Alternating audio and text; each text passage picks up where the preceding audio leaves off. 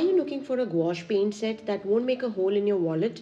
Well, let's see if the Pebeo Studio Gouache is the ultimate deal. Welcome to Conversations with Canvas, your go-to space for art tips, painting demos and art supply reviews. Join me as I explore the Pebeo Studio Gouache set to see if it lives up to the hype of a budget-friendly option. I bought this set from Amazon for 995 Indian rupees. Now I'll share the link in the description if you wish to purchase it. Now there are 10 colors of 20 ml each with one flat brush inside. The packaging is quite decent for the price range. It has a cardboard box with a plastic casing inside holding the colors. There's a window where you can see all the shades.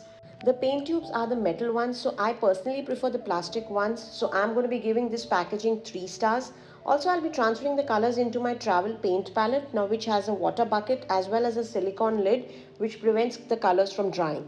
As you can see, I've transferred the colors into the palette wells and I found the consistency quite nice and creamy. It's time to swatch these beauties and check the vibrancy of these colors straight out of the tube. Now, what I love about this color range is that we've got modern primaries, 2 lovely tones of muted color to balance out the shades, a bold violet and an emerald green, and of course black and white. For a beginner set, I think the color range is excellent, so I give it 4 stars.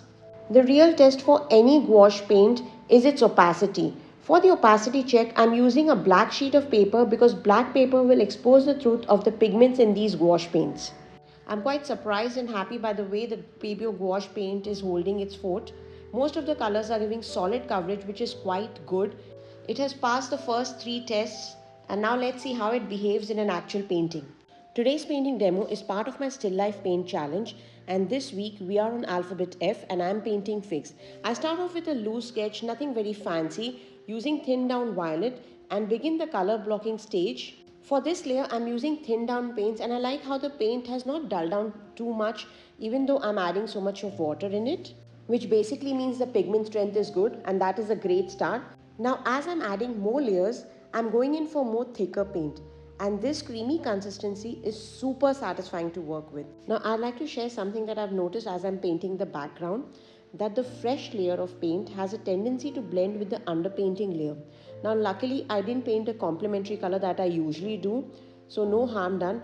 But if you're trying to layer something like a green over a red, my advice would be to let the first layer dry completely and avoid the use of opposite colors for layering unless you're looking to create muddy colors. That said, the colors in this set I feel are beautiful. I love how I could mix in the warm reds and oranges for the juicy insides of the fig, the cool bold violets for the skin, and the soft muted light green for the background. The permanent white in this set deserves a special mention. It is nice and opaque, not watery or streaky at all. It is perfect for adding a little sparkle wherever the light hits. So how did the Pebeo Studio Gouache fare in this test?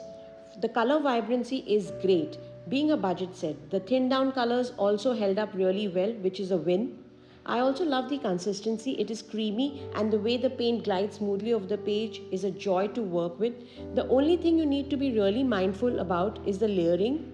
So if you're just getting into gouache or want a travel friendly no fuss set for daily studies or challenges like this, I'd say give the Pebeo Studio Gouache a go. I'll share the link in the description if you want to check it out. And that's an honest review of the Pebeo Studio Gouache. Also, this fig painting is part of the 26-week Still Life Paint Challenge on Instagram. Next week, we are going to be on letter G. And if you have any guesses or predictions, do drop them in the comments. And if you're participating in this challenge, don't forget to tag me on Instagram. Until next time, take care, keep creating, and I'll see you soon for more art magic on Conversations with Canvas. Bye.